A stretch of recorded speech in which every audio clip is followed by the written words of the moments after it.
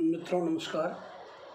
आज मैं आपके समक्ष भारत में जो वर्तमान किसान आंदोलन चल रहा है इस पर अपनी बात रखना चाहता हूँ। मैं कई दिन से सोच रहा था कि इस पर कुछ बोलूँ, क्योंकि मैं मूल रूप से किसान विषयों का अध्येता रहा हूँ। मैंने अपनी पीएचडी भी किसानों की आर्थिक दशा और किसान आंदोलन पे ही की, और उसके पश्चात मैंने पीजेंट मूवमेंट इन राजस्थान करके एक अंग्रेजी में किताब लिखी। फिर उसका हिंदी तर्जुमा भी, डायरेक्ट ट्रांसलेशन तो नहीं है, किंतु उसको बेस करके राजस्थान में किसान और आदिवासी आंदोलन कर एक हिंदी में पुस्तक लिखी। और इसके अलावा एक ट्राइबल रिवोल्ट्स भी मैंने पुस्तक लिखी है।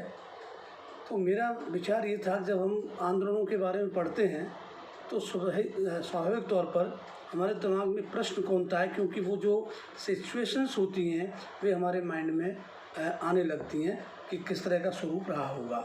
एक कल्पना होती है, क्योंकि जो डिस्क्रिप्शन रिकॉर्ड्स में, जो डिस्क्रिप्शन उस समय के न्यूज़पेपर्स में आदि में पढ़ते हैं, उससे हमारे मन में भी एक तस्वीर बनती है।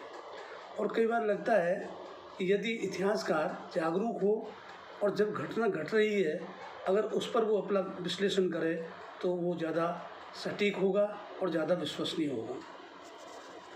दूसरा जो मेरी रुचि रही वो ख़ास तौर पर जो पिछले वर्षों में विकसित हुई है वो समसामयिक इतिहास पर है। समसामयिक इतिहास, कंटेम्परेरी हिस्ट्री एक नया फील्ड है और ये धीरे धीरे विकसित हो रहा है। तो इस पर भी मैंने दो काम किए हैं। मेरी दो पुस्तकें हैं। एक पुस्तक है समसामयिक भारत। इस समसामयिक भारत में मैंने 1950 से, जब संविधान हमारा लागू हुआ तब से लेकर और सन 2000 तक के जो भी आर्थिक, सामाजिक, राजनीतिक घटनाक्रम में जो डेवलपमेंट्स हैं उस सबको मैंने उस किताब में लिखा है।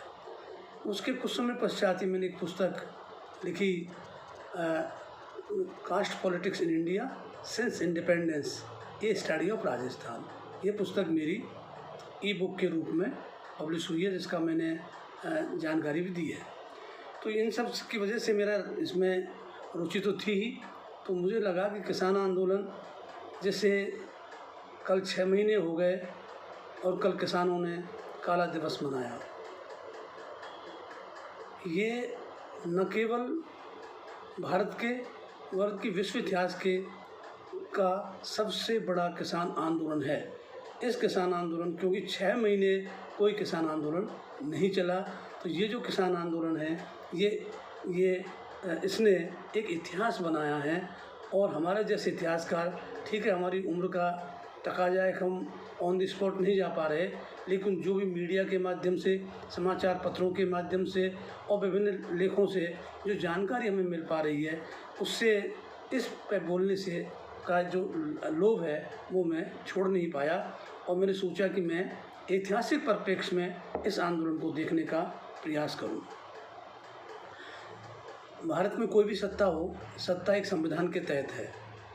संविधान और राजनीति का सीधा संबंध है, और संविधान के टर्म ऑफ रेफरेंस, उसके ही संदर्भ में, उसके पर्सपेक्टिव में कोई भी राजनीति और सरकार संचालित होती है।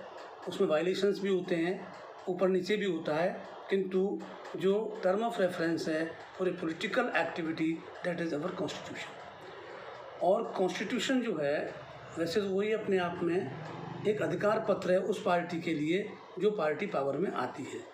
किंतु जब चुनाव होते हैं तो चुनावों के समय दो बातें होती हैं।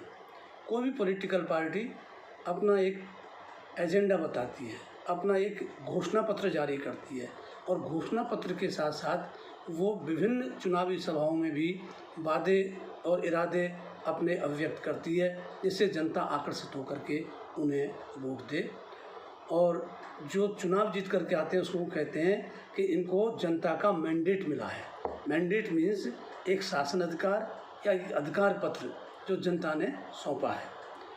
और जब पार्टी पावर आ जाती है, गवर्नमेंट बन जाती है, तो उन्हें अपने वादे, अपने जो भी उन्होंने घोषणाएं की, जो घोषणा पत्र का पार्ट था उन सबको वो लागू करने की कोशिश करते हैं। और वो कैसे लागू करते हैं वो एक अलग विषय है। निश्चित तौर पर 2014 से भारतीय इतिहास में, या कहें इसको कंटेम्प्रेरी भारतीय इतिहास में, एक गुणात्मक परिवर्तन आया कि 2014 में लंबे समय के बाद कांग्रेस को अपदस्थ करके भारतीय जनता पार्टी सरकार में आई। और जब भारतीय जनता पार्टी आई, वो भी उसको एक मैंडेट मिला और उस मैंडेट में को उन्होंने हिसाब से काम करना शुरू किया। मैं अन्य विषयों पे बात नहीं करूँगा, लेकिन कृषि के संबंध में बात करना चाहूँगा कि सत्ता में आते ही सबसे पहला कार्य 2015 में जो हुआ वो ये था कि 2013 में एक भूमि अधिग्रहण अधिनियम पारित हुआ था, जिसमें भूमि का अधिग्रहण करते समय किसानों को क्या क्या हक हैं, किस पर किसान आपत्ति भी कर सकता है, वो लैंड एक्विजिशन को रोक भी सकता है। और उसमें कुछ ऐसे भी बिंदु रखे थे कि जिन क्षेत्रों में ज़मीन एक्वायर की जाए, ये अधिग्रहण किया जाए, वहाँ अगर सरकारी प्रोजेक्ट है तो 70% लोगों को उसमें यस करना चाहिए, और अगर निजी क्षेत्र का प्रोजेक्ट है तो 80% को करना चाहिए। ये भी रखा गया कि ऐसी ज़मीन जो बहुफसलीय है, जो मल्टी क्रॉपिंग एरिया है, वो नहीं अधिग्रहण किया जा सकता, इरीगेटेड है वो नहीं किया जा सकता। और ये भी देखना होगा कि जहाँ भूमि अधिग्रहण कर रहे हैं वहाँ की जो सोशल इम्प्लीकेशन इसका क्या होगा, तो इन सब के बाद ये भूमि अधिग्रहण किया जा सकता है। किंतु 2015 में जो बीजेपी सरकार द्वारा पार्लियामेंट में एक संशोधन लाया गया, और उस संशोधन में जो 13 में जो कुछ रिस्ट्रिक्शंस लगाए थे उनको ख़त्म किया गया। और ख़ास तौर पर, क्योंकि तो आप भी समझ रहे हैं कि जहाँ तक प्रोजेक्ट का सवाल है तो पब्लिक सेक्टर तो वैसे ही 91 के बाद 1991 से पब्लिक सेक्टर, जिसे हम सार्वजनिक क्षेत्र कहते हैं, वो उसकी उल्टी गिनती शुरू हो जाती है। और 1991 से ही जो डिसइन्वेस्टमेंट और ये सारा जो सार्वजनिक उपक्रमों को बेचने की प्रक्रिया है वो भी 1991 से आरंभ हो जाती है। नई आर्थिक नीति के अंतर्गत ये सब काम चला। और सही बात यह है कि उसी निजी क्षेत्र को, उस कॉरपोरेट को फैसिलिटेट करने के लिए ये अधिनियम बनाए गए। और जो 2015 का बिल आया, उस बिल की स्थिति ये हुई कि पार्लियामेंट में वो 10 मार्च 2015 को पारित हो गया। किंतु उसको लेकर के एक तरफ किसानों का भारी विरोध था, और दूसरी ओर कांग्रेस, जिसकी नीति पहले कुछ भी रही हो, लेकिन कांग्रेस ने भी इसका विरोध किया। और उसका परिणाम यह सामने आया कि राज्यसभा में ये बिल जब पेश हुआ तो वहाँ ये रुक गया, और वहाँ इसे संसदीय समिति को सौंप दिया गया। संसदीय समिति लगातार इसको लेकर बैठी रही, और मुझे आज की फाइनल स्थिति पता नहीं है, लेकिन मुझे भी ये लग रहा है, क्योंकि ये 2019 में, जो मई 2019 में 17वीं लोकसभा आरंभ हुई थी, तो उस समय चर्चा थी कि वो बिल जो है अब पास हो जाएगा, एक्ट बन जाएगा, किंतु वो हुआ नहीं। और उसके बाद क्या रहा ये मुझे नहीं पता, लेकिन इससे ये हुआ कि किसानों का वर्तमान सरकार के प्रति रुख में थोड़ा सा वो क्रिटिकल हो गए कि भाई ये हो क्या रहा है। इसके बाद हम ये देखते हैं कि जब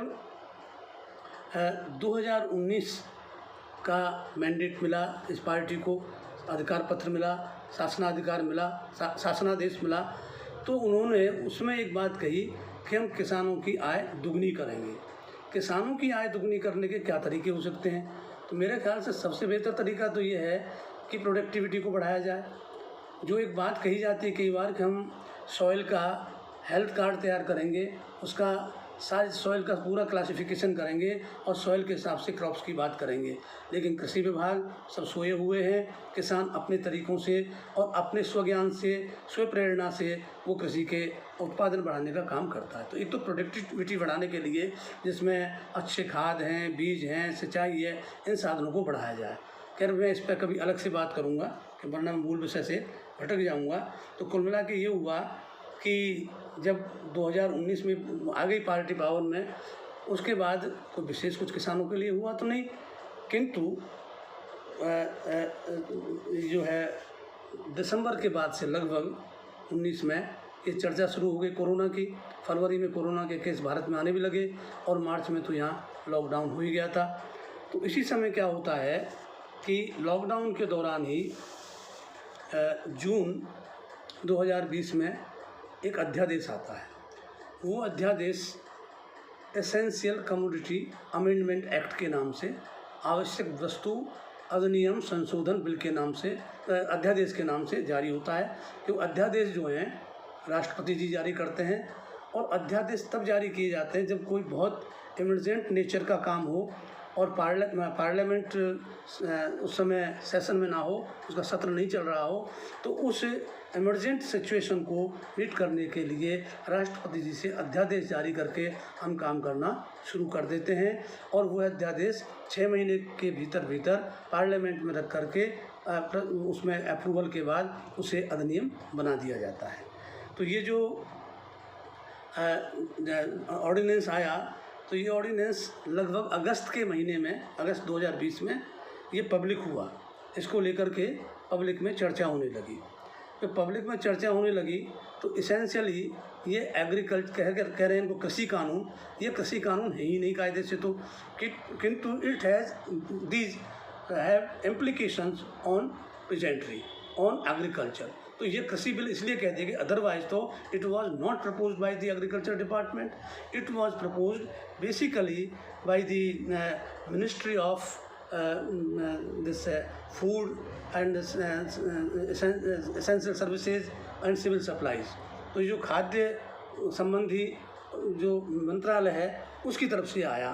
और इस एसेंशियल कमोडिटीज़ एक्ट का सार ये है कि इसके माध्यम से तमाम अनाज, दाल, ऑयल सीड्स और आलू, कई चीज़ों, काफ़ी चीज़ें हैं, उनको आवश्यक वस्तु की परिभाषा से बाहर कर दिया गया। ये आवश्यक वस्तु नहीं है। तो जो एसेंशियल कमोडिटी हैं उनके ऊपर कई तरह की और पाबंदियां लगती हैं। जैसे सबसे बड़ी चीज़, होर्डिंग नहीं कर सकते, आप जमाखोरी नहीं कर सकते। लेकिन जब इसको बाहर कर दिया तो जमाखोरी की जा सकती है, उस पर कोई दिक्कत नहीं है। मैं अभी इसके गुण दोषों पर बात नहीं करूँगा, लेकिन जिस तरह से डेवलपमेंट हुआ कि 3 कानून जो है उपभोक्ता मामले, खाद्य और सार्वजनिक वितरण मंत्रालय की ओर से प्रस्तुत किया गया है प्रस्ताव, और इसमें 3 कानून थे। पहला कानून कृषक व्यापार और वाणिज्य संवर्धन एवं सरलीकरण है। इसमें यह है कि जो एग्रीकल्चर मार्केटिंग है, कृषि विपणन है, उस विपणन को ज़्यादा व्यापक और सरल बनाने के लिए उसे मजबूत करने की बात इसमें कही गई। और उसमें ये कहा गया कि अब किसान स्वतंत्र है, वो अपनी माल को कहीं बेच सकता है। लेकिन प्रश्न ये उठता है कि जो मंडी सिस्टम है, क्योंकि मंडी जो हमारे यहाँ चल रही हैं वे मंडी सरकारी कही जाती हैं, बल्कि वे सहकारी मंडियाँ एक तरीके से, क्योंकि उन मंडियों की एक समिति होती है, और समिति जो है किसानों के चुने हुए प्रतिनिधियों की होती है, जो उसको नियंत्रण करती है, उसको दिशा देती है। तो यदि उसमें कोई दोष है तो उसको दूर किया जा सकता है। जहाँ तक प्रश्न है कहीं बेच सकते हो, ये तय है। कहीं बेचने के लिए ट्रांसपोर्टेशन एक बहुत कॉस्टली अफेयर होता है।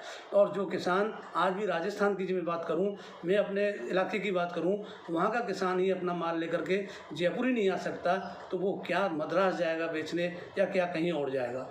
और जहाँ तक प्रश्न ये है कि पूरे देश में बेचें, तो जो व्यापारी आड़तिया खरीदता है वो पूरे देश के सौदे बुक करता है। वो बाजरा तमिलनाडु में बेचता है, राजस्थान का बाजरा जो है वो गुजरात में बेचता है, वो बंगाल में, बिहार में भी बेचता है।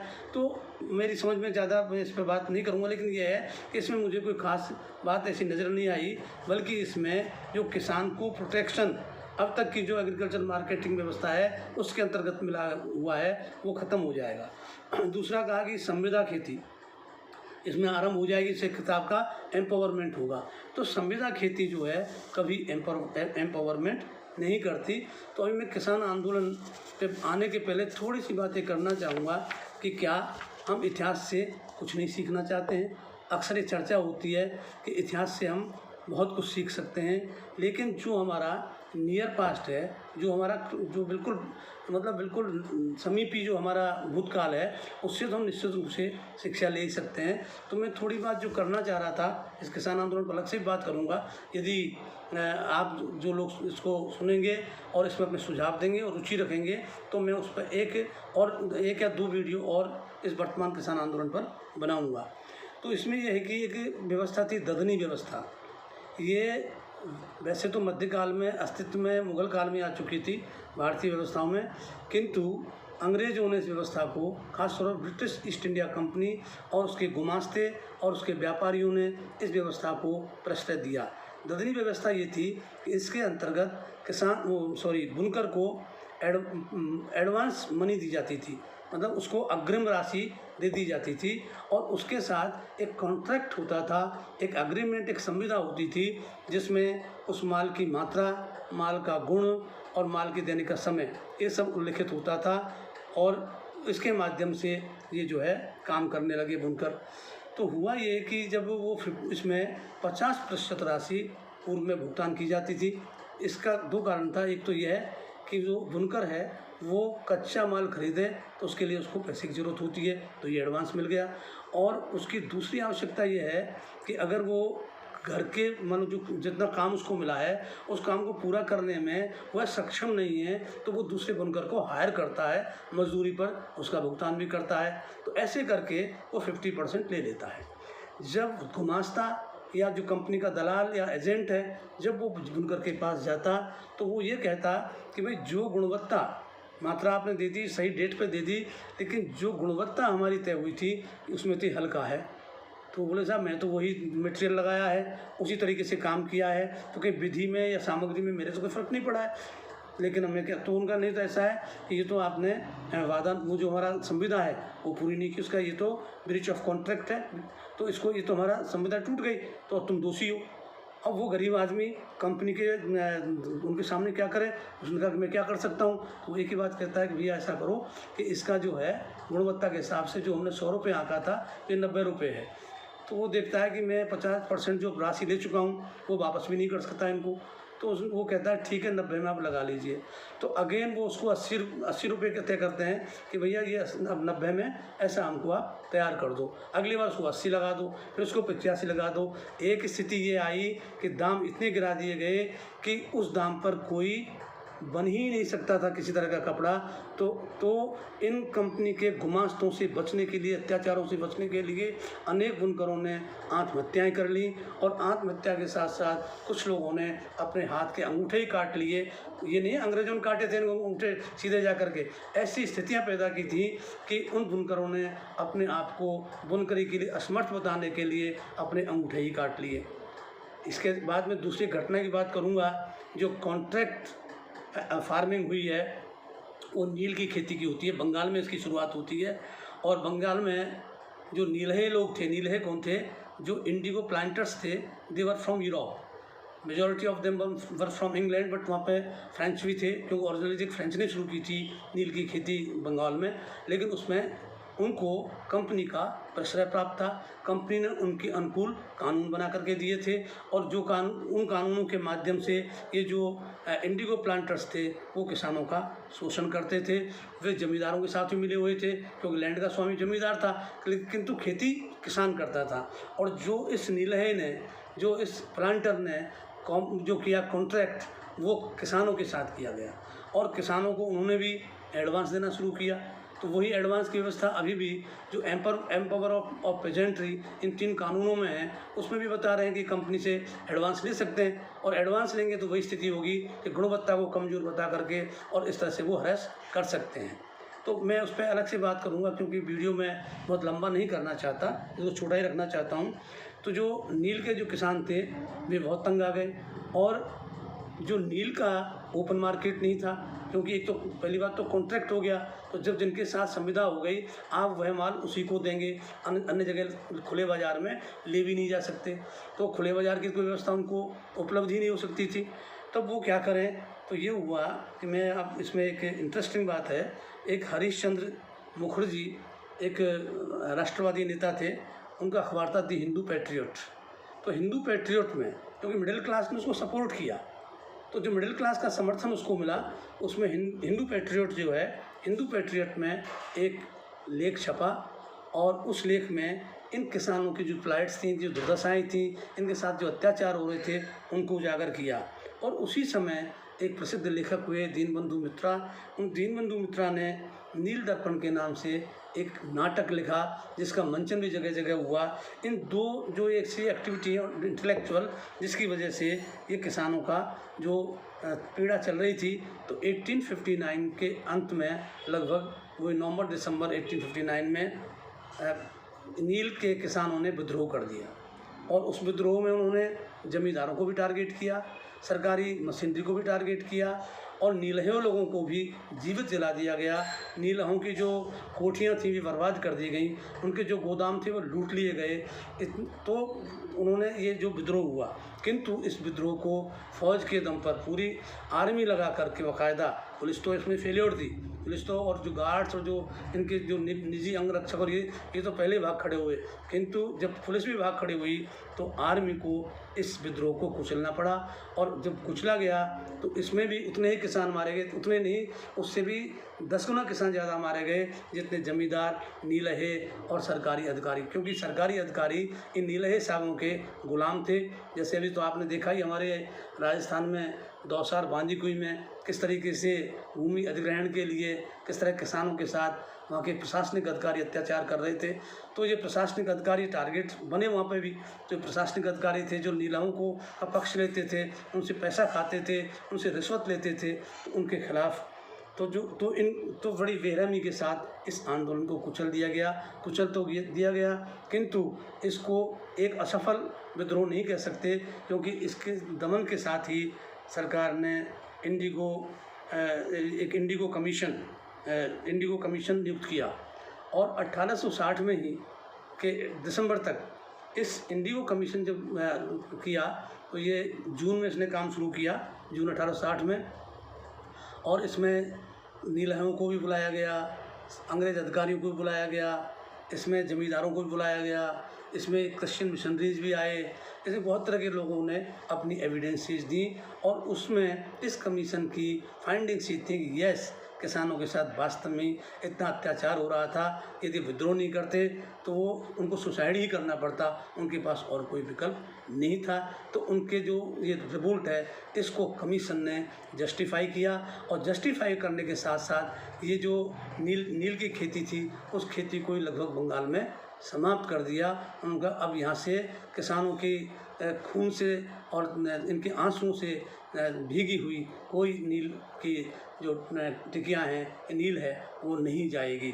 तो ये घटना, दूसरी घटना इसी तरह की चंपारण में होती है। चंपारण में भी जो किसान था वो भी यही संविदा खेती करता था और संविदा खेती में ये था कि मतलब एक निश्चित भूभाग उन्हें नील की खेती में करना पड़ता था, जबकि नील के क्या है, एक तो दाम नहीं बढ़ पा रहे थे और नील का वही चीज़ थी जो बंगाल में थी, कंपटीशन कोई ऐसा ओपन मार्केट में था नहीं, तो किसान को उसमें नुकसान हो रहा था। किसान उसके बदले में दाल या ये धान की खेती करना चाहता था, दूसरे खाद्यान्नों की खेती करना चाहता था। और वैसे भी पिछले वर्षों में भी देखा गया, जब 1890-99 के बीच में अकाल पड़े, उस समय एक बहुत बड़ा कारण ये था कि यहाँ के खेती का वाणिज्यीकरण कर दिया गया था। वे ब्रिटिश उद्योगों के लिए रॉ मटेरियल पैदा करने वाले किसान बन गए थे और उससे खाद्यान्नों की कमी आ गई। और जब अकाल पड़ा तो खाद्यान्नों के अभाव में लाखों लोगों ने अपनी जानें गंवाई। तो किसान भी अपने स्तर पर, सरकारें जो करती हैं अच्छा ही करती हैं, लेकिन उन्होंने अपने स्तर पर ही देखा कि अन्न जो है ये सबसे श्रेष्ठ है। और आप ये देखिए, किसानों की तो जनरल वो रहती थी कि हमारा जो है भाव से पेट नहीं बढ़ता, हमारा उत्पादन से पेट बढ़ता है। जितना हम लार्जर क्वांटिटी, जितनी हम अधिक मात्रा में पैदा करेंगे उससे हम लोग मजबूत होंगे, हम अपने कोठियाँ भर लेंगे और जब भी कोई ज़रूरत पड़ेगी तो हम उसका उपयोग कर सकेंगे। अभी जो चल रहा है मामला, इस पर मैं दूसरी बात करूंगा, जो मिनिमम सपोर्ट प्राइस की रेसिपी। तो मुझे लग रहा है कि इस आंदोलन पे एक सेकंड, मुझे जो अभी वर्तमान आंदोलन है, तो मैं ये कहना चाह रहा हूँ कि आप ये देखें कि जो लग रहा है कि संविदा खेती बड़ी आकर्षक होगी। अगर संविदा पे खेती करनी है तो पहले से ही लॉ ऑफ कॉन्ट्रैक्ट है। लॉ ऑफ कॉन्ट्रैक्ट को इसके लिए ये एसेंशियल कमोडिटीज़ अमेंडमेंट एक्ट लगा कर क्या जरूरत पड़ गई। आप उसी आधार पर लोग अलाउ कर दीजिए कि जो भी कंपनीज, जो भी व्यापारी अपने जो है कॉन्ट्रैक्ट खेती करवाना चाहते हैं तो किसानों के साथ एक एग्रीमेंट करें। आज भी पार्टनर वो जो है बटाईदारी में एग्रीमेंट होते हैं, आज भी ये काम होता ही है, तो उसको लार्ज स्केल पे करें और अगर वो अच्छा लगेगा तो किसान उसको अपनाएंगे और उसमें किसान को प्रोटेक्शन मिले। तो मैं उस बात को वहीं छोड़ता हूँ। कि जो बात कर रहा हूँ मैं चंपारण की, तो चंपारण में भी नीलहे साहब थे, उनकी भी कोठियाँ थीं, उन्होंने भी जो है बड़ा आतंक मचा रखा था। तो यहाँ पे जो है वह स्थिति नहीं आई जो बंगाल में आई। कि बंगाल में आज भी अनेक नीलहों की कोठी के अवशेष अभी भी मिल जाएंगे अभी, और वो का पूरा बांग्लादेश से लेकर के और बिहार तक पूरा इलाका नील की खेती का था, जहाँ विद्रोह हुए। और तो आप ये देखें कि यदि किसान जो है किसान को अगर उसे अपना जो काम कर रहा है, जो उसकी वर्किंग कंडीशंस हैं, तो वो केवल डिस्कशन से, ऊंची नीची लफाजियाँ करने से, बतौलेबाजी करने से, आप जो है बातूनी जमा खर्च करने से उनकी स्थिति नहीं सुधरती। उनको धरातल पर दिखना चाहिए कि उनकी जो जीवन दशा है और कार्य दशाएँ हैं उनमें गुणात्मक परिवर्तन आ रहा है। और यदि गुणात्मक परिवर्तन नहीं आता है, किसान निराश है, किसान बीमार है, किसान आत्महत्या कर रहा है, किसान का जो समाज है वो इतना ज़्यादा इस समय तनाव में है कि आए दिन मर्डर हो जा रहे हैं, आए दिन हत्याएं हो रही हैं। तो ये स्थिति क्या है? ये दिखाता है कि उनकी वर्किंग और living conditions are not satisfactory. तो इन हालातों को बदलने के लिए किसान को भी जागरूक होना पड़ेगा और राज्य की ओर से भी, क्योंकि राज्य तो अपनी तरफ से अच्छा करता है। राज्य जो करता है, तो जैसे मैंने भी प्रारंभ में कहा कि जब उसको मैंडेट मिलता है तो वो ये कहता है भाई मैं ये काम करूँगा। अब उसमें ये होता है कि जो स्टेक होल्डर्स होते हैं, जैसे अभी ये एसेंशियल कम्युनिटीज़ का मामला है, इसमें किसान भी एक स्टेक होल्डर था, तो उनके साथ इसमें बातचीत करनी चाहिए। क्योंकि जो राज अब जब आ जाता है तो राज तक अपनी बात किसान भी पहुंचाता है, व्यापारी भी पहुंचाता है, पूंजीपति भी पहुंचाता है, और विभिन्न तरीक़ों से वो सरकार को इन्फ्लुएंस करके अपने फेवर में कानून बनाने की कोशिश भी करता है। किसान भी करेगा, लेकिन किसान के पास क्या है कि वो इन्फ्लुएंस करने का उसके पास कोई साधन नहीं है। एक ही तरीका है उसके पास कि वो संघर्ष करे, और अगर संघर्ष करेगा तो बात सुनी जाएगी। मेरे को एक मित्र ने कहा कि कोई किसान आंदोलन सफल ही नहीं रहा, और सफल सारे किसान आंदोलन होते हैं, फेल कोई किसान आंदोलन नहीं होता। हर किसान आंदोलन सफलता ही समेट करके जाता है। मेरे को तो आज तक कोई भी जो दमन कर दिए गए, जिनको फौज से जिनको मिटा दिया गया, वो भी जो है सर्वाइव किए, और उनके भी बाद में उपाय ऐसे हुए जिससे कि हम कह सकते हैं कि किसान आंदोलन सफल रहा। तो किसान आंदोलन सीधे तौर पर टेबल पर बैठ करके बहुत कम सरकारें किसानों की मांगें मानती हैं, किंतु बाद में वो अपने, क्योंकि सरकार है, वो माइटी होती है, उसकी एक सत्ता है, तो सत्ता के साथ वो समझौता क्यों करे? तो सत्ता के साथ समझौता करने का मतलब है कि आज एक जगह आप समझौता करोगे फिर 10 जगह करना पड़ेगा। तो सत्ता तो अपना सत्ता दिखाती है, ऑथोरिटी है वो। तो ऑथोरिटी इतनी आसानी से वो यील्ड नहीं करती, इतनी आसानी से वो नहीं देती।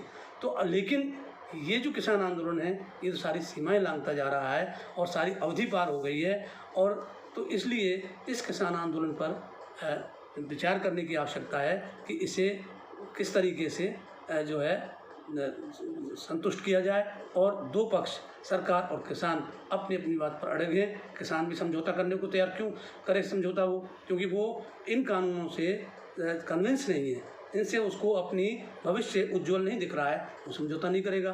सरकार अपनी ऑथोरिटी जिसको को क्यों कॉम्प्रोमाइज़ करे, क्योंकि वो कॉम्प्रोमाइज़ करती है तो वो वीक होती है। समझ है सरकारी है, सरकार की मशीनरी की समझ होती है, यदि वो कॉम्प्रोमाइज़ करते हैं तो वो वीक होते हैं, तो वीक वो नहीं होना चाहते।